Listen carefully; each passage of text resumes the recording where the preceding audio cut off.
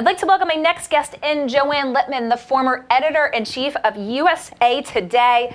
New book coming out, That's What She Said, What Men Need to Know and Women Need to Tell Them About Working Together. Joanne, thank you for taking the time to join us today.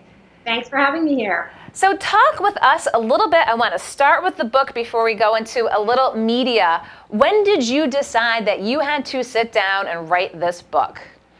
I've actually been working on That's What She Said for more than 3 years. And the reason behind it is because women have been talking amongst ourselves about the issues that we face at work for years. And these are issues that go beyond the really extreme things we've been hearing about with sexual harassment. This goes beyond sort of the Me Too sexual assault, worst of the worst behavior. Mm-hmm. Instead, what women talk about all the time are the issues we face on a daily basis, 100 times a day. Being marginalized, overlooked, interrupted, just simply not taken as seriously as the man sitting next to us, not given the same level of respect. And so what I wanted to do was actually write a book that would talk about these issues in a way that invited men into the conversation, because I do feel like women talking to each other, it's a great conversation, but it's half a conversation. And if we want to get anywhere to solve this, we really need men to join us. So I don't want you to give away the secret sauce. We want folks to take a look at this book because it's an important conversation. But where do men start? I mean, what are the tips? Give us a little insight as to what we might find in this book. Yeah, sure. So for the book, I spent 3 years working on That's What She Said, and I crisscrossed the country and the world, speaking primarily to men in leadership positions in different kinds of organizations who are all trying to close the gender gap. And what I spoke with them about was I would ask them, what have you learned? What mistakes have you made? But most importantly, what are some strategies and tactics that you've come up with that you can share with us? Because what I wanted to do was end up with a book that tells you great stories, really interesting anecdotes, dives deep into the research, but at the end of the day, gives you items, action-oriented items that we can all adopt to close the gender gap. I actually have in the back of That's What She Said, there's even a cheat sheet, a dozen things you can do right now to help close the gender gap. A dozen things to do right now. You'll have to grab the book. We want folks to be sure. You'll be here in Providence at the Providence Public Library very soon. We'll provide links to that as well. So you talked with the men. Clearly, you've talked with women all your career. You know, what is it really that women want men to know in 2018? Well, that's a big question. But there's a lot. Look, I think the big issue simply is that the Me Too movement has exposed that we have systemic, institutionalized sexism that goes throughout society, throughout not just the entertainment industry, but all industries. And it is endemic. And it's something that we really haven't taken seriously in many, many years. We haven't really recognized it. And when it has been discussed, it's been talked about as a girl thing, female issue. But it's not. It is actually an issue that impacts all of us, men and women. And in fact, the research will show you that adding women to work groups, adding women to leadership makes your organization more successful. There's a real business imperative here for men as well as women. So it's not even just doing the right thing, which should be enough, right? It should be enough that we all want an equal world. But it's not, it goes beyond that. It makes you more successful. And what have you heard? I'm sure you've heard some of the chatter out there, especially with this Me Too movement. You've seen some in certain areas, a fear of a backlash, if you will. If you've heard this, well, if a employer has a man or a woman, they might lean towards a man because they're so fearful of sort of this litigious society. I mean, is that should we be fearful of that almost sort of backlash? And is this book trying to, again, dispel and dismiss this? Right, and absolutely. So here's the issue. We hear a lot of that anecdotally, people saying, oh no, this will happen. Thankfully, we haven't seen a lot of it actually happening in action.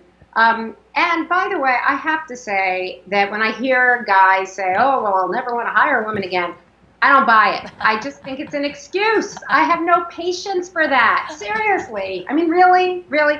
In fact, there has never been a better time for men and women to talk about these issues. So it's actually a better than ever time, right? This is the first time that men who are fearful, and I tell men this, by the way, I do say, look, if you have any concerns, just ask. It doesn't hurt to ask.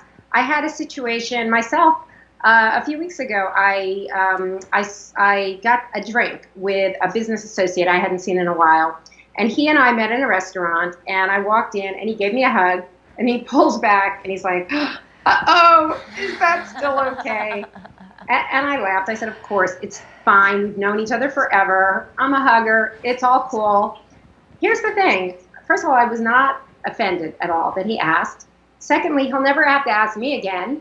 But third, and most important, is the next woman, actually it might offend her. So way better to put that out there in the open and make it discussable than to play that sort of awkward body language dance, not quite sure what's happening here, and to kind of not talk about it, right? So I love the fact that these issues are discussable in mixed company. And you raise a good point. You know, there's greetings all around, especially different parts of the country, too, in terms of formalities, and even through different generations. Should men be broaching that with women they know, women they don't know? I mean, how do you do that dance? Yeah, look, I think it never hurts to ask. And I've spoken to a lot of women about this issue as well, professional women who do tell me things like, I was at a conference not long ago, and this woman said to me, you know, just in group photos, guys who are, you know, when you put your arms around each other in group photos, she said suddenly the guys are like, uh-oh, can I do that? And I get we're in a time of flux, right? We're kind of redefining what's okay and what's not okay. But while we're in that moment, I really think it's healthy to talk about it and to ask the question and put it out there, which is always better than bottling it up and going home and wondering, did I do something wrong? Should I have done that differently, right? Let's get it out there and talk about it. So I have to imagine the book tour and the reaction and discussions that happen when you're going around the country have to be fascinating, and they have to, no one can imitate the other.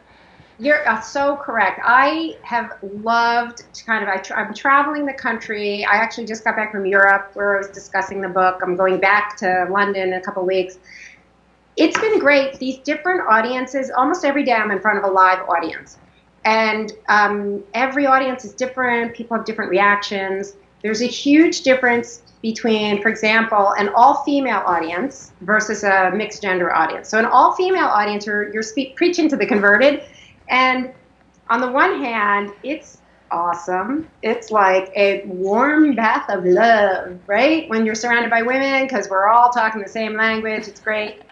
But on the other hand, we already know this, right? We're preaching to the converted. Whereas in a mixed gender audience, I do notice the women in particular do freeze up a little bit, which I think is something we need to get over. They're not as comfortable, but I think that the discussions are extremely productive in those audiences because men and women have a chance to air out these differences and to start to hash through sort of how do we close the gap? How do we work together to close the gap? And that, to me, is really healthy. The other thing I noticed with the live audiences is a huge generational difference between, I would say, people who are maybe 40 and over versus recent college graduates. So in particular, young women, recent college grads, women under 30, tend to be much angrier.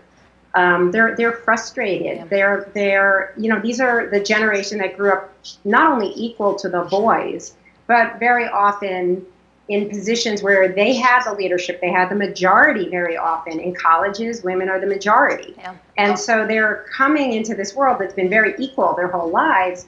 Then they get into the workplace and they hit this institutional wall of sexism that is still there. It's just built into their workplace.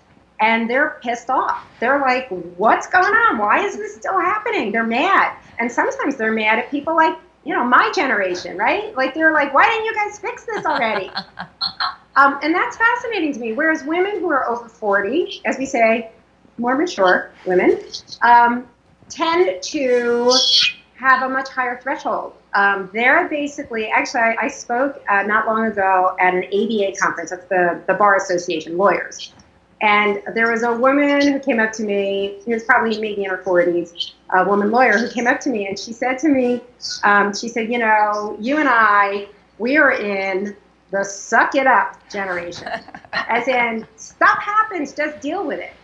But there is this really, really recognizable difference. And I do think it's important for us in all generations to understand each other. The other thing about the generational divide, and I think this is incredibly important, is the younger generations are really focused on intersectionality, the idea that, yes, women are at a disadvantage to men, but if you belong to more than one underrepresented group, you face a double or a triple bind.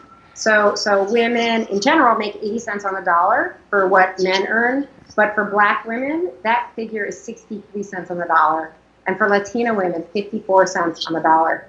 Younger people are highly focused on that inequity, and I think that's extremely, extremely encouraging that they are focused on it.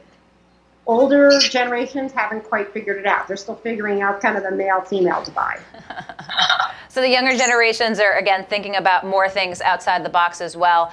Well, we look forward to having you here in Providence. I do have to ask you, as we're a media company here, do you miss the media world? Well, I don't feel like I've left the media world since I'm still doing a ton of media. So I love a newsroom. I've spent my whole career in a newsroom. At USA Today and USA Today Network. I was working with 3,000 journalists, 110 newspapers, and that's an environment that I love. I love a newsroom. But at the same time, since the book came out, every day I've been out there talking to people. I've been doing a ton of media, and I enjoy that. So I don't really feel like I've left the media world. And also, this is a topic that is very top of mind and that is very much in the news and that people do care about. So I feel like it's gratifying to be able to really throw myself into something that I really believe in, but that also hopefully will have an impact. I really do hope that that's what she said will help be part of that conversation and move it forward and move it to the what's next phase, which is the solutions phase. Well, I appreciate your taking the time to give us a little preview both of the book and your appearance coming up here in Providence. We'll provide links to that as well. But Joanne Lipman, really appreciate your taking the time here to Skype into the Navigant Credit Union Broadcast Center. My pleasure. Thank you. Okay. I look forward to seeing you in Providence. Okay, thanks, Joanne. Take care. Bye. Okay, don't go anywhere. I'll be right back here in the Navigant Credit Union Broadcast Center with our next guest.